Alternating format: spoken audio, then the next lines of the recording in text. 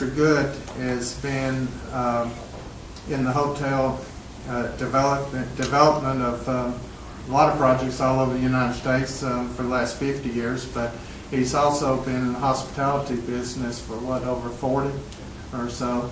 He was started the Marriott Courtyard franchise, had the first 9 of them that was ever built. At one time, he had the most franchises of the Holiday Express thing. So he has the experience. At one time, I think he said he had about 40 or 50 hotels across the country. Since then, he's sold off some. I think he said in about 06. I guess he was real smart. He saw things coming and he got rid of a bunch of them before. And so, you know, you got to admire someone that's seeing what's going to happen and able to adjust on it. But he also had one hotel, I believe that was near a facility, a field house-like facility where they attracted youth sports and competition and all. And at that place, during the hardest of the times here, his room rates and nights continued to stay level and increase. And he went and looked at that and asked why, and he found out that because of these tournaments and all, everybody was still coming, even in the hard times. You know, we make decisions how we're going to spend our money, and it's usually on our kids. And we follow our kids wherever they want them to do and what they're wanting to excel. And so he saw that in this hotel. And it got him thinking of this concept of the good sports, of where he has a hotel along with a big, large indoor field house. A lot of them are about 80,000, 90,000 square feet. And where he's attracting teams to come in for competition. The great thing about this is that what he's attracting will also fill up the other hotels in the area. So in other words, he's not coming in and being competition and pulling away from the other hotels. He's contributing to their welfare. But when you take in what he brings in, he can only accommodate like 20% of the room nights that's needed. So that means the other 80 is being shared with the other hotels. And that means for us, the county commission, and also I want to say, Randall was in was going to be here, but he's over in Murfreesboro in a training, and I think that's where a lot of the other county commissioners ended up having to be too. And I didn't know of that until this morning. Miss Bishop called me at 6 o'clock when she was going to be gone. I was already here working, and she surprised her when I answered the phone. But I got off track, and now I got to figure where I get back here. But we've asked him to come down to look at the land, show him what Lebanon is about. The hotels at that 80%, filling them up, but the benefit here is also the hotel motel tax for the county, which is 5%, and the city's at 2%. Then you bring that many people in. How many of you have been around here during the Cabo Baseball World Series 14? And you've seen the crowd, seen the hotels, how full they are. Well, what we're looking and envisioning this Good Sports are doing is bringing that to us almost every weekend. With that comes the idea that there are more people who want to have stores and all that sell to the people that, for the youth and sports and all. And we're hoping that's going to attract. It's going to attract the restaurants that appeal to the youth and the families and all. So we're really, really excited. And this is the beginning of what I think is going to be development here, starting out here at Cumberland Center, but it's also going to be helping to develop all across the whole city of Lebanon, this region, and all the whole county. And also before, once he gets up and building, I did some preliminary numbers on this, but we're expecting, even for the county, once they get the first year of operation, that it'll be about a 285,000 or so positive with the hotel, motels, the sales tax, and the personal property tax stuff that they would pay. Once they get operating, all they're talking about nearly a $30 million impact, economic impact to our community. If you took just 20 million, that's an extra for local share of sales tax, and we hadn't even figured that part in. You're talking about $450,000 extra dollars coming into our community, not along with how many times, you know, the other jobs and security and helping our community and giving us a brand name that really attracts people here. So really, I'm very, very excited about this, and really appreciate Jerry coming in and being a part.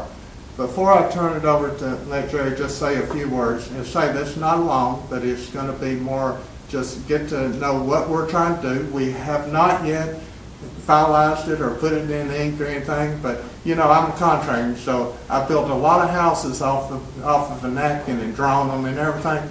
Well, he's kind of like that. We've come to a lot of ideas of how we can make this work. We've got a kind of a handshake on it, and now in the next few weeks we'll finish kind of putting that together. Then we'll be coming to the council and the county commission and letting everybody know more there. But before I turn it over to Jerry, let me kind of tell you what we have going on a little bit here in Lebanon. The area right all through here is the Cumberland area that we talked about. But we're looking, the city's already committed to put a new road in from Briskin Lane over here to Legends Drive. Yesterday we got an email. One of the problems in this whole area is that the water pressure in the need. Yesterday we got a call from email from the state, Jeff just told me, of where they're going to loan us we can get the loan money from them, but also they're going to have a 20% forgiveness. And we were talking about, you know, that was applying from Franklin to 231, Franklin Road out there to 231. We went back and asked them, could they include this project? They looked, they found the money. So basically, we'll be looking at doing our infrastructure and getting high pressure water lines so that we can take care of more businesses, high rises, and have the fire protection there that we will need. So that's one thing that the state's working here. Also, there's a big expansion at L&W out here. The state is committed to do about $500,000 on widening and improvement of Briskin Lane. So everything's kind of coming together. Now then, what we're looking at is Jerry Good and his Good Sports, the hotel here, about 120 room hotel, and a field house of about 85,000 square feet. And it's right around the roundabout, and it's on this right here, what we're talking about. Lebanon has a lot of great things happening. We're excited. Over here is our ideas of what we're pushing and trying to do down on Beckwith Road. And, you know, we live in a great place, and we have a lot of opportunity. And this is one thing I think is getting ready to help us move forward. So with that, I'd like to introduce you to Jerry Good. I told him he gets talking sometimes too long. I said, you know, kind of keep it short. People got to go work and make a living. But he's going to be around here to answer any questions or if you have any comments and all to him. Thank you, Mayor. He was right on one thing. I did pick the timing right when I sold all my hotels back in 2006. That was the good news. The bad news was I found out that I had a low basis and I owed the government a whole lot of money on taxes. They didn't tell me that I had to pay the government when you made some money. The other thing was my wife and I had decided we had a winter home in Sarasota, Florida, so we decided we were going to retire and go to Sarasota. Well, it didn't take me too long to find out that I'm not very good at retiring. And I think she agreed with me, having me underfoot all the time. And as the mayor said, I had been looking at a field house in Fort Wayne, Indiana. It was called Speece Field House. And I had noticed that they were filling my hotels on the weekends. And I thought, well, you know, this is a good project for me. I know I'm not going to stay retired, so I need to figure out what I'm going to do here. In the recession, I didn't figure it would last as long as it did. So I embarked upon this journey to take youth sports tourism, turn it into a national brand, and create my own hotel brand as well. So we've been 6 years into it, many $1 million into the concept, and you stand about a 10% chance of success because you haven't thought through all the programs, you haven't thought through the ups and downs, and you haven't selected the right people. You know, I'm not a good guy to think in terms of if you build it, it'll come. My success has been built on building infrastructure first, putting your team in place, doing the statistics and what have you, and then launching. So we are ready to launch. We were ready to launch in July. We had a entrepreneurial failure when our lender got cold feet at the last minute and left us standing at the altar. But I'm a pretty hard-headed guy when it comes to if I have a vision and I want to move forward, we just keep charging. And I'm thankful to say that institutional lenders and equity partners have come to the front, and so we're ready to relaunch again in October and November. Now about the concept. First I have to thank Mayor for showing me around the town. I've been doing this for 50 years and I've never run into a leader of a community that has been as kind, as knowledgeable, as supportive as your mayor is. That's a real pleasure for me. When I go into communities, I never know quite what to expect. But this has been a real pleasure as I've gone through the community. It reminds me a lot of my home community, Valparaiso, Indiana. I grew up on a farm. I was raised Mennonite. We learned to do business on a handshake. Unfortunately, my kids, I think maybe fortunately, we didn't have youth traveling sports when my kids were in school, so I guess I saved that money. Families put a lot of money into their kids, and it's what we call today playcations. Instead of taking vacations with their families, they plan their vacations around their children. It's estimated that there's 30 million children between the ages of 7 and 17 that play in at least one league traveling sport. I know families that will have 3 or 4 kids and each one is in a traveling sport. I don't know how these parents retain their sanity. The good news out of that, though, for us in the industry is it's created a whole new industry. It's about a $7 billion industry that has been under the radar. And I kind of stumbled into it. I guess I was smart enough to see it in its early stages. But it's just now, when you deal with lenders and institutions, institutional money, that all of a sudden everybody say, wow, this is a business, this is a great business, it's good for the communities, it's clean, and it's very rewarding. The mayor alluded to the impact study revenues. We estimate between 30 and 45 million at each location in spend. It's estimated right now that they'll spend about $210 per person per day when they travel. I think it's going to be much higher than that, particularly when we see these types of developments. I particularly like this development because you have a lot of acreage.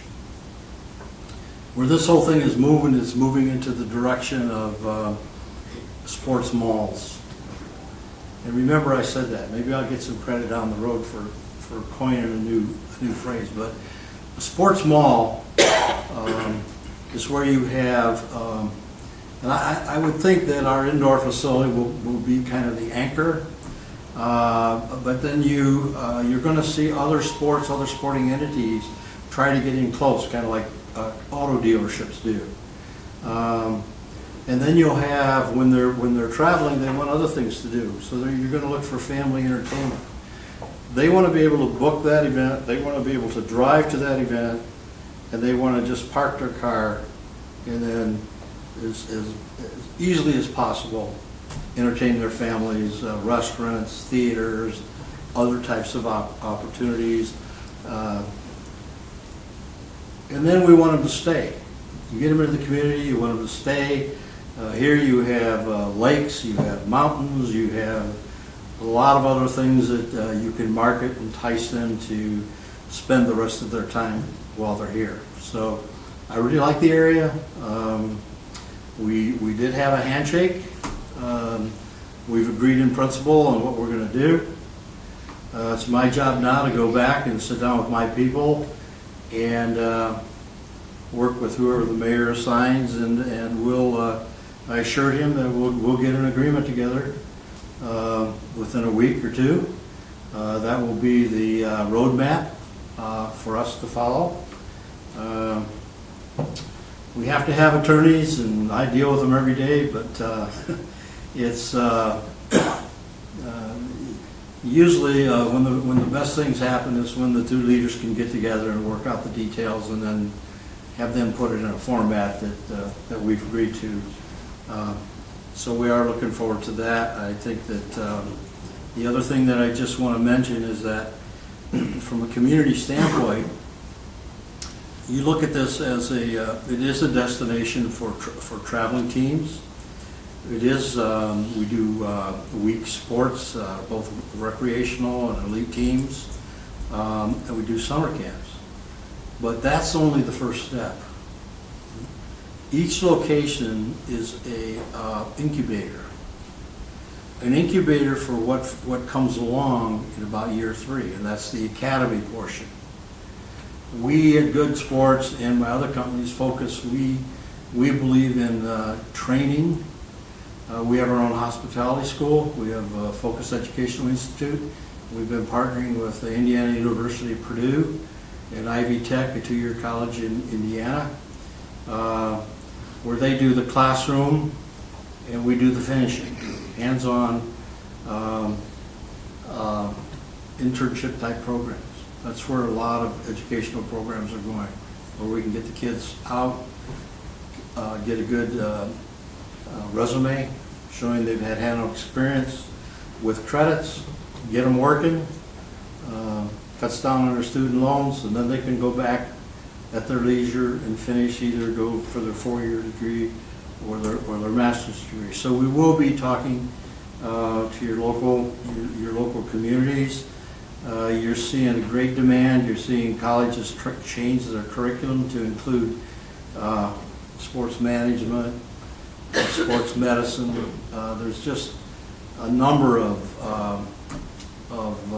curriculum programs that are going to be needed for young kids to feed this demand that's being created by the sports tourism industry. So we look at this as an incubator. The first 2 years, possibly 3, will be built on standard programs.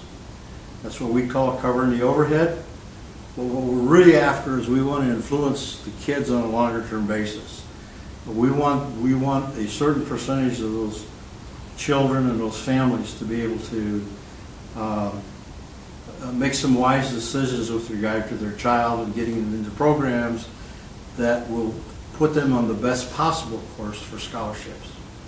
That's kind of what it's all about today. Families want their children to have scholarships. So I'm a talker, you can tell. I have a passion for what I do. I think it's going to be a great addition to the community, and we will be, as we continue down this path, we'll be talking to others in the field to see if we can use this as kind of the first step towards an incubator for the development as well. Instead of a $30 to $40 million impact, let's see where we can take it. So, thank you very much.